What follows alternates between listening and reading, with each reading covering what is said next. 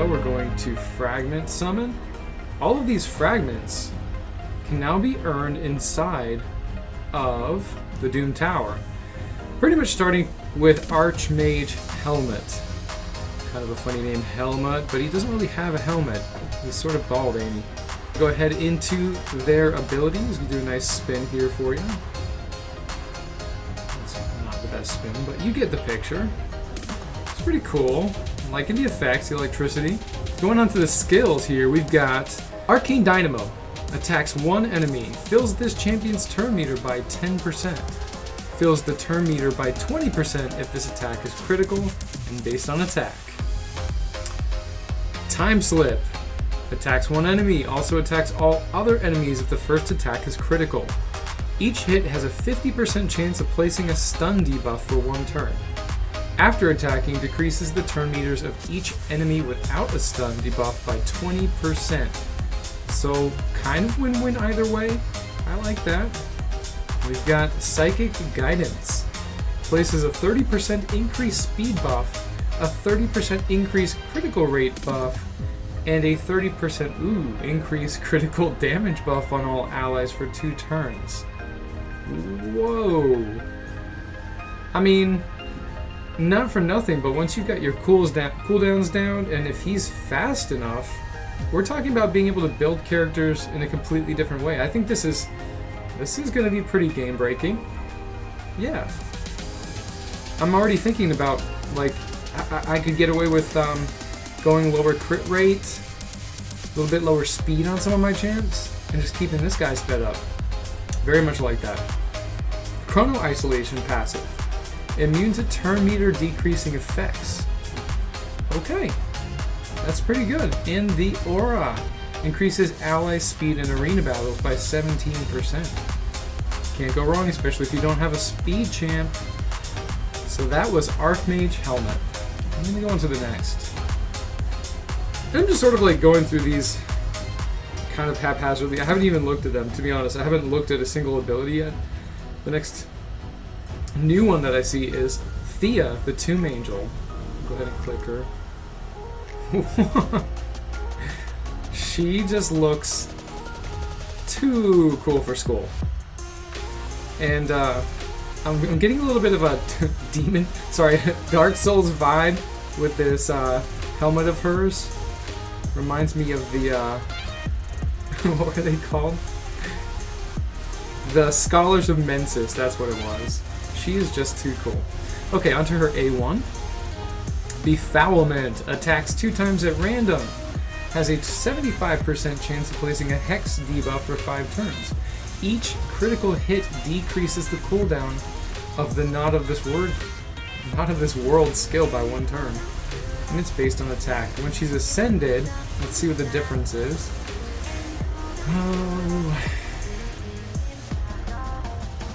This debuff cannot be resisted. Ooh, okay. And it goes up to a 100% chance. Hex Reaper attacks all enemies. Damage increases by 50% for each Hex debuff on the enemy team. Stacks up to 300%. Whoa. Okay. But then it removes all Hex debuff from all enemies after attacking. So it's like she's loading up the Hexes at first, and then she AoEs. Pretty cool, pretty cool. Not of This World. Okay, here's the recharge we get from the A1. Places a Perfect Veil buff on this champion for 3 turns. Grants an extra turn. You just can't go wrong. You just can't. It's pretty cool. And Cruel Angel. Passive.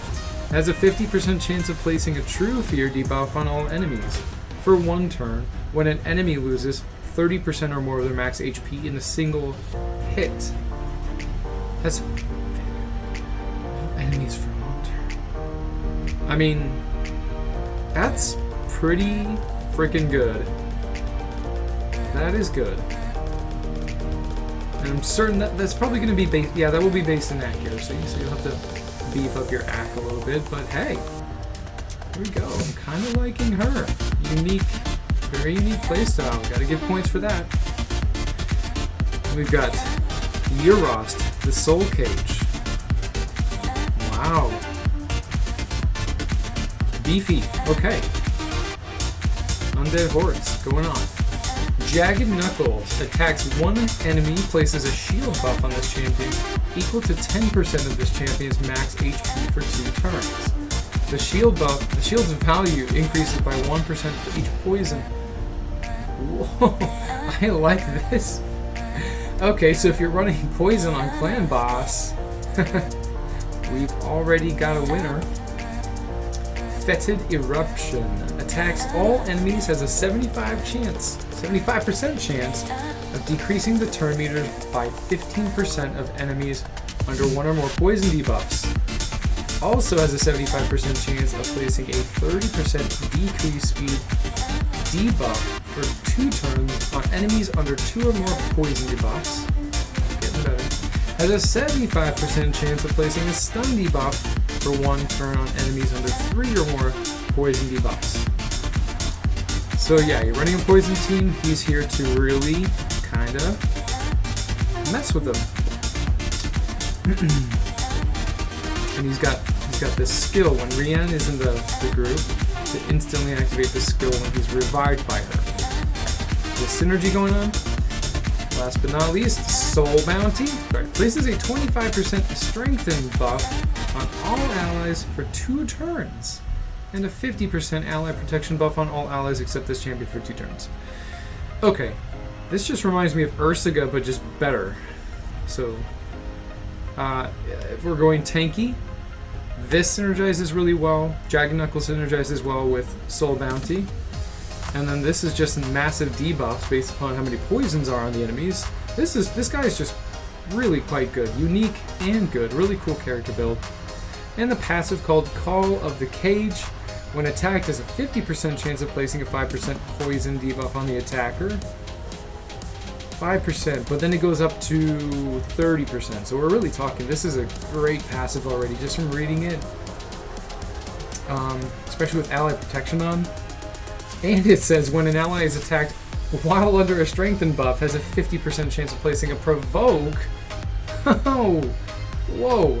Increases this champion's max HP by 5% whenever an enemy receives damage from a poison debuff placed by this champion. Whenever an enemy receives damage from a poison debuff placed by this champion, also decreases their max HP by 5%. Oh wow, up to 25%. Whoa, I'm really liking this guy, and he's got an ally resistant all battles by 80. I think he's already topping my list, but let's go on to the next. And now we've got Gomlok Skyhide. Interesting name. Kind of like a male shaman looking character. Pretty cool. I can live with that. Not my favorite design for a legendary, but cool. Soul Suck Tendrils. Attacks one enemy, has 50% chance of placing a leech debuff for 2 turns. I already like that. It's pretty cool, and you can see it gets buffed all the way up to 75% chance of a leech debuff. Who doesn't like leech? I love it. Has a 50% chance of placing a leech debuff for 2 turns on 2 random enemies if this champion has full HP. Very good. Fateful Trickster attacks one enemy, has a 60% chance of stealing 2 random buffs from the target. Also has a 60% chance of decreasing the target's turn meter by 50%, steals 50% of the target's max turn meter instead of this champion has full HP. Alright, a little bit of that Two-Hawk action going on, which is pretty cool.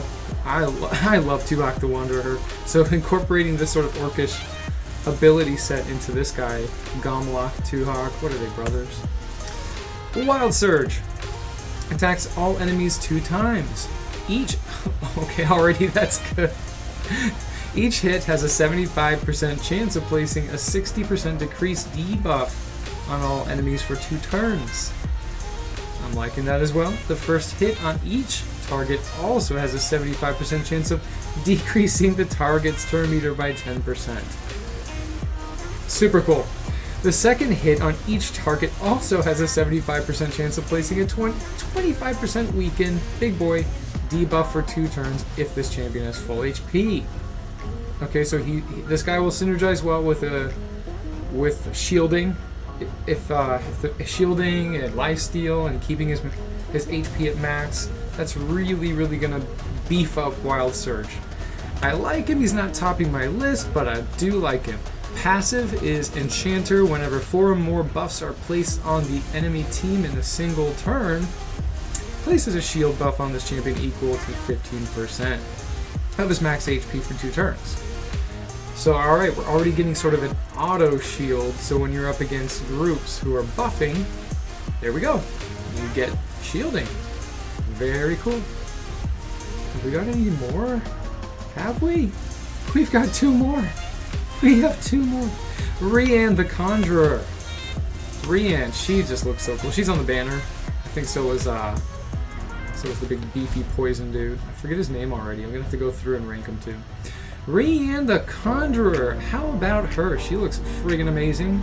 She's like Queen of the Dark Elves. Magma Ball attacks 1 enemy, has a 50% chance of placing a block buffs debuff for 2 turns. Alright, I like it. And that goes up to 75% chance. No, sorry, I'm wrong. 70%. Okay. Cool. Sweeping Dismissal has a 75% chance of removing all buffs from all enemies. Obviously, you see that going up to 100%. Also has a 75% chance of placing a 25% weaken debuff on all enemies for 2 turns. Oh my goodness. Yes, Rian, Sweeping Dismissal is making you, I would say, already most valuable out of the bunch. You're just so cool. I want you.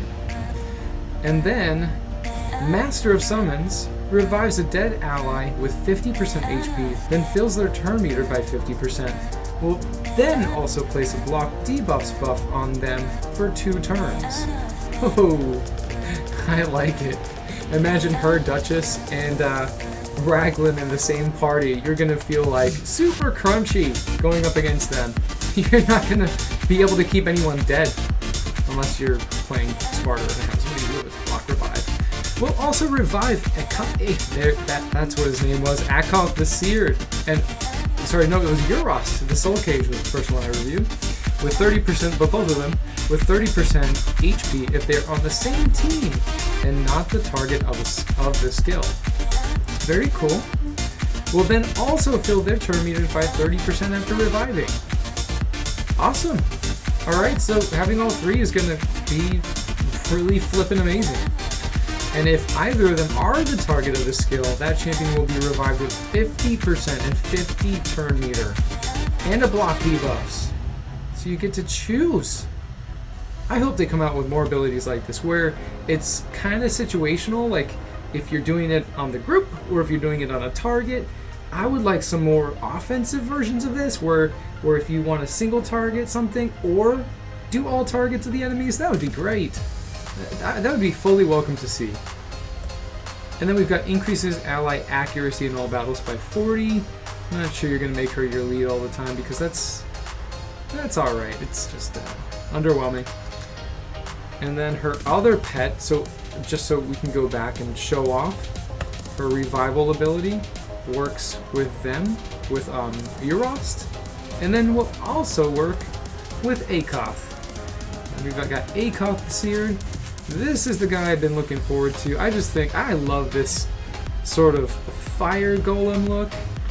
He just looks too cool for school. Just, yeah, okay. Moving on. Molten Punch. Attacks 1 enemy, has a 50% chance of placing a 30% decrease critical rate debuff for 2 turns, up to 75%. I like this. Damage based on defense. We've been seeing a lot of damage based on attack. Pyroclasm attacks all enemies, has a 20% chance of placing an HP burst. Just 20%? Just 20%? Just 20%. Really? The chance of placing the debuff does increase by 20% for each alive enemy. Yeah, but like, Tyrant gets to do it at 100%, you know? So you're gonna come out with like this new guy. Oh, I see. I get it. He's epic. He's not legendary. He's just like Mr. Cool Guy and giving you more options. Okay. But yeah, definitely subpar compared to Tyrant. Pyretic Release attacks all enemies, has a 50% chance of increasing the cooldowns of all skills by 2 turns on enemies under the HP burn debuff. Also places a shield buff equal to 20% of this champion's max HP on all allies for 2 turns. I want him. I would put him in a party with Tyrant, just so that he's increasing the cooldowns of all skills by 2 turns on enemies. Like, come on. That's freaking awesome. That's cool. I like this ability. Damage based on defense again, so you just build him up with a ton of defense. He'll be one of your last boys to go down. Win-win. And 50% chance goes up to 70, 75 if you include masteries. And you get it down to 4-turn cooldown. Yeah, good. Amazing. And then we've got a passive, Fiery Swath. Has a 10% chance of placing a fear debuff on an enemy for 1 turn whenever they receive damage from an HP burn debuff placed on themselves. So again, throwing him in a group with Tyrant, just making the Burn Boys group. You know what I mean? The Beach Boys from Hell. Increases ally HP in all battles by 25%. Respectable aura. Okay. Alright. Time to rank them. Certainly, the one that I'm going to put at the very top of my list is going to be Rian. Rian goes on the top of the list because of this lovely, not that one, this one, Sweeping Dismissal. Oh my gosh, I mean, come on. 100% chance of removing all buffs from all enemies. Also has a 75% chance of placing a 25% weaken debuff on all enemies for 2 turns. Yeah, that's win-win. Win-win-win. Just stellar. Not to mention, who doesn't want this badass dark biatch floating around on their team? Rian, number 1. My number 2, going back, I think, oh gosh, I think it's going to go to Urost. Urost is great. I'm really liking this beefed up, and if we're really talking about synergy, how well he synergizes with Rian, with being able to produce a strengthened buff on all allies while she's doling out a weaken on all the other ones, and he's putting ally protection up. Oh, this guy's going to be number 2. Not to mention, if you've got a reliable poisoner, you're all set. And he's super tanky. He's doing damage based on HP. He's not going down for a while. Even if some nasty new spiders poison the shit out of him. Number 3. I'm going to go up to Archmage. I really like Archmage because he's going to, especially being a more accessible, you can easily see how outside of hard difficulty on Doom Tower, you're going to be able to access him a lot sooner. He's going to be number 3 because you're going to be able to build all sorts of new teams and build up different stat paradigms and use different armor sets because of Psychic Guidance. Not to mention, you've got chance of placing stun and turn meter manipulation. He's filling his own turn meter. You want to build him out with crit, and he doesn't even need full crit because of this ability. Just build him with a lot of speed. He's awesome. I love him. Number 4, and I think I'm going to go with Akoth because I just love Tyrant Ixlamore so much. I love any champion that can burn, but Tyrant is one of my favorites. And the fact that he's got these passive that synergizes, because he's got Pyretic Release that synergizes with HP burn, it's going to make him so good. Probably OP when combined with you can make a whole burning team. I mean, just too good. Not to mention, I love damage based on defense. And he's decreasing critical rate. I mean, he's further weakening the enemy party. Just good. Number 5. Number 5 is going to go to Thea. I really like Thea. Her design is probably the major appeal. For a legendary, I guess I'm still wondering what's going to make her just extra above the legendaries that all exist. I'm not seeing too much. It's going to be very niche, if anything. Quite niche. True Fear is a big bonus. We'll just have to see how it plays out. I think I would have to play with her a bit in order to see exactly where she goes. And last but not least, coming in finally is... Where are you? Where did you go? Gamlock. Partly because of his design, sort of like he's a female shaman. He comes in final, and he's even lower than the epics, just because I think Leech is great. Leech is wonderful. He steals debuffs. He does turn meter manipulation, steals turn meter. He's kind of like a 2-Hawk. That Wild Surge ability is really good though. I'd make a party. I'd make a full 5-person party out of 5 of these champs. I really would, and I think he would go in it. But yeah, tell me what you guys think. Who is your top, who is your bottom of these champions? I'd really like to know. Go ahead and drop a comment, and don't forget to like and subscribe.